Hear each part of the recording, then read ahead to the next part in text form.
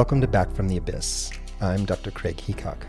Today's episode is based on a talk I recently gave at Colorado State University. I thought maybe I'd flesh it out, work on it a little more, and then present it to all of you. And this is Why Psychiatric Illness Strikes Young. There's so many surprises in med school. And maybe the biggest surprise, doctors take care of sick people, and often very, very sick people.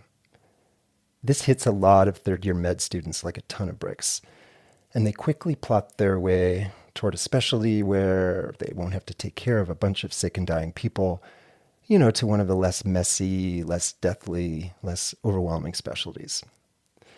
Another big surprise for many med students, doctors mostly take care of older people, like me, and even older. Go figure. It shouldn't actually be that big of a surprise, though. Our bodies are remarkably, even shockingly resilient to use and abuse and disease and injury. And it typically takes a long time, decades, before most organs and body systems begin to fall apart. But a very different reality exists in psychiatry. The mind, the psyche, they most commonly fall apart during adolescence and the emergence into adulthood, between the mid-teens, early 20s. Why does almost all severe psychiatric illness, including first episodes of psychosis and mania and disabling depression, why do they all appear so young during this relatively small window of time? Here are 6 major reasons why psychiatric illness strikes down emerging adults in the prime of their lives. 3 are psychosocial, 3 are genetic/biological. And this strikes me as an interesting split because the studies of identical twins separated at birth indicate that for most primary psychiatric illness, including unipolar and bipolar depression, schizophrenia, schizoaffective disorder, psychiatric illnesses are typically about 50-50, 50% genetic and 50% environmental/psychosocial. So, what are the genetic and environmental factors that are manifesting during adolescence and emerging adulthood that are triggering psychiatric illness? First, 3 psychosocial factors. Number 1, leaving the tribe. We are by nature tribal social primates. We exist, we thrive in community and relationship. And for most of human history, most everywhere in the world, we lived in proximity, in extended tribal family clans. But in modern-day America, we have this deep-set cultural expectation that our young will venture out and leave the nest somewhere around age 18 or so. And we expect them to somehow find and or create their own new tribe, community, and support system. And this is a great historical, cultural, and evolutionary anomaly. For tens of thousands of years, leaving the tribe or banishment from the tribe, that meant death. Why is our worst punishment solitary confinement? Because for a social tribal primate, being alone can feel like the deepest existential torture. Sometime after age 18, we expect our young to go to college or join the military or move out and get a job to do something, preferably away.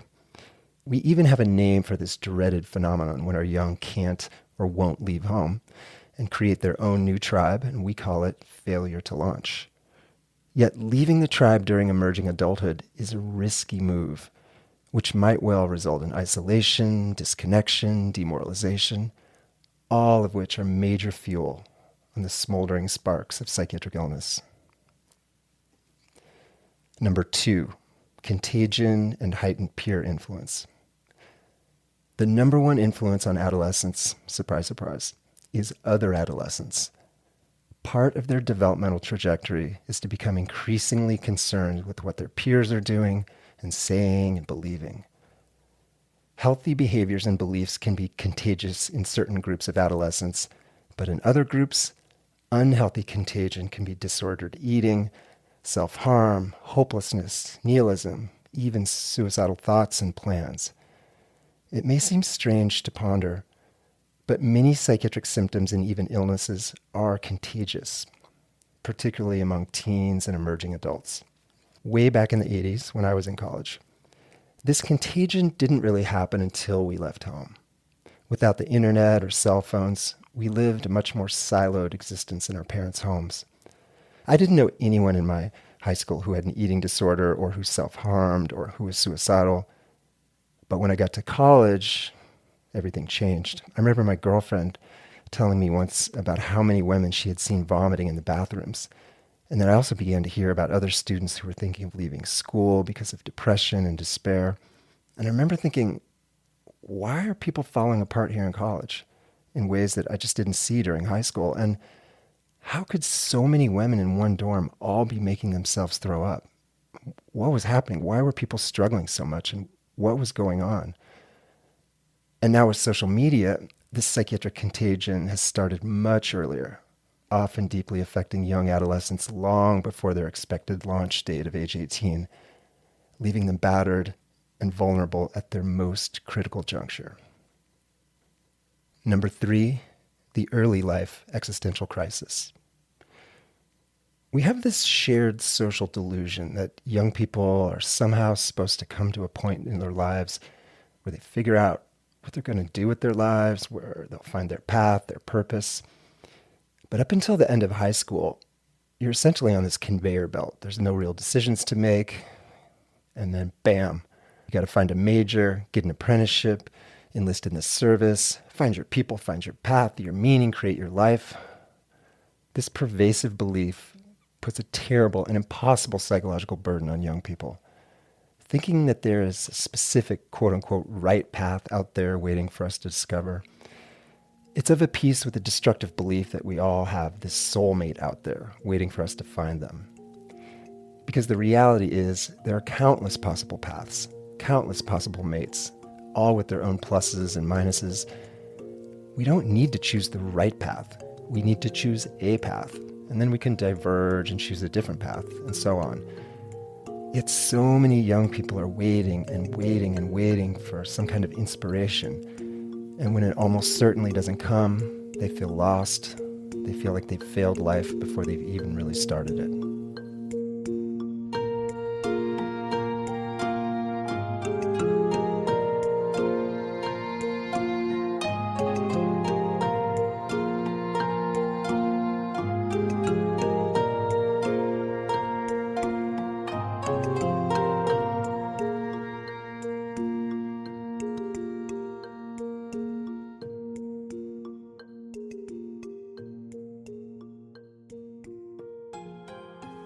And now 3 biological/developmental factors. Number 1, developmental brain changes, including sex hormones, increased risk-taking and pleasure-seeking, and waning of brain plasticity. At least 3 major developmental processes are taking place in the adolescent brain, all of which can contribute to the expression of psychiatric illness. The first involves the mounting influence of sex hormones. Now, we know that clinically significant anxiety and depression is about twice as common in women as men, and this is largely due to the influence of sex hormones. Each major hormonal change in a woman's life corresponds with greatly elevated risk of psychiatric symptoms, from onset of menses to pregnancy to postpartum to the onset of menopause. The onset of menses in early adolescence can mark the beginning of increasingly severe psychiatric symptoms. Estrogen and progesterone have complicated and wide-ranging effects on the adolescent female brain, including the possible triggering of latent genetic predisposition toward various psychiatric illnesses. Another influential brain change is that of increased risk-taking and pleasure-seeking. The dopamine circuitry in the adolescent and emerging adult brain become highly sensitized to reward, putting teens at higher risk of substance use and abuse, risky sexual behaviors, and overall, less awareness of self-care and protection. A third critical brain change is the drastic decrease in neuroplasticity that occurs in mid to late adolescence. Prior to mid-adolescence, the brain is astoundingly plastic and adaptable, allowing children and young adolescents to learn a vast array of things from juggling to piano to languages with much, much less effort than adults. The closing of the plasticity window is marked by a vast pruning of the nerve synapses. In mid to late adolescence, the immune system marks little-used synapses all over the brain for elimination, thus allowing the maturing brain to focus resources on the pathways that have proven most used and relevant. However, sometimes this targeted synaptic pruning goes haywire, and the immune system marks far too many synapses for elimination. This then results in wide-ranging brain damage and the destruction of many critical circuits, leading to cognitive, mood, and anxiety symptoms, and the critical substrate for the most devastating psychiatric illnesses, including schizophrenia and schizoaffective disorder. Number 2, sleep deprivation and sleep cycle derangement. Sleep is the best mood stabilizer. Sleep is the foundation of mental and emotional health. Much of psychiatric illness is intimately linked to sleep deficits and/or changes in sleep architecture. For most of adolescence, there's at least some accountability and predictability in terms of sleep. Middle school and high school starts 7:30, 8:30 in the morning, 5 days a week. And this fact strongly encourages adolescents to go to bed at least some not terribly unreasonable hour. But then high school ends, the accountability is over. And for many adolescents, whether they leave home or not, they start drifting into a delayed sleep schedule, going to bed later and later, and sleeping later and later. This throws off their circadian rhythms and hormone cycles and can be a powerful biological trigger for the expression of unipolar and bipolar mood disorders. A central reason why kids fall apart during their first year of college, or even their first year after high school, is that they start becoming nocturnal, and this can be psychiatrically devastating. Without the mood stabilization and resilience reestablishing qualities of nighttime sleep, any predisposition towards psychiatric illness is much, much more likely to emerge. Number 3, substance use. The adolescent brain's tendency towards risk-taking and pleasure-seeking often leads to substance use and abuse. Unfortunately, the first drug that adolescents typically use, other than alcohol, is cannabis or THC. Now, I did a whole episode on THC and its unique propensity to trigger severe psychiatric illness, so if you haven't yet listened to Psychedelics, Psychosis, and Risk Reduction, check that out. In brief, about 3.5% of the general population is genetically very vulnerable to the mania and psychosis-inducing properties of THC. And today's high-octane weed and pure THC preparations are not only commonly launching young people into mania and psychosis, these THC-triggered episodes are often converting to lifelong schizophrenia, schizoaffective disorder, and bipolar I diagnoses. A colleague of mine, Andrew Penn at UCSF, he joked with me once that we should start a nationwide PSA campaign called Wait to Bake. And I actually think he's onto something critical, because THC can definitely trigger mania and psychotic episodes in older adults, but it doesn't have nearly the risk of catalyzing a latent schizophrenia or other catastrophic psychotic illness. Along with weed, alcohol can play a huge role in the expression of psychiatric illness in emerging adults. Alcohol can cause or worsen depressive and vegetative symptoms. It can cause or exacerbate anxiety. It wrecks deep restorative sleep. And as alcohol use increases, it tends to wreck relationships, destroy meaning and purpose, and lead to guilt and shame and even existential despair. To summarize, these 6 factors don't necessarily represent an exhaustive list of reasons for the early onset of psychiatric illness, but I do think they get to the heart of what's going on. So, what do we do to decrease the possibility that a genetic vulnerability towards psychiatric illness will be expressed during adolescence and emerging adulthood? Well, first and foremost, sleep. And do your sleeping at night like the diurnal mammal that you are. And wait to bake. The longer you wait to use THC, the lower your risk of tipping into lifelong psychiatric illness. Build and maintain relationships, treasure your healthier friends, and maybe distance yourself from your less healthy friends. Avoid social media with toxic messaging. And as you think about your path and purpose, ask yourself, what seems interesting? What can I do for others? How can I help? rather than what do I want or what's my passion. And finally, as Sam Harris has so widely said, all we have is our attention. At the core, it's our most precious thing we can control. Yet we give it away mindlessly every day to our own detriment.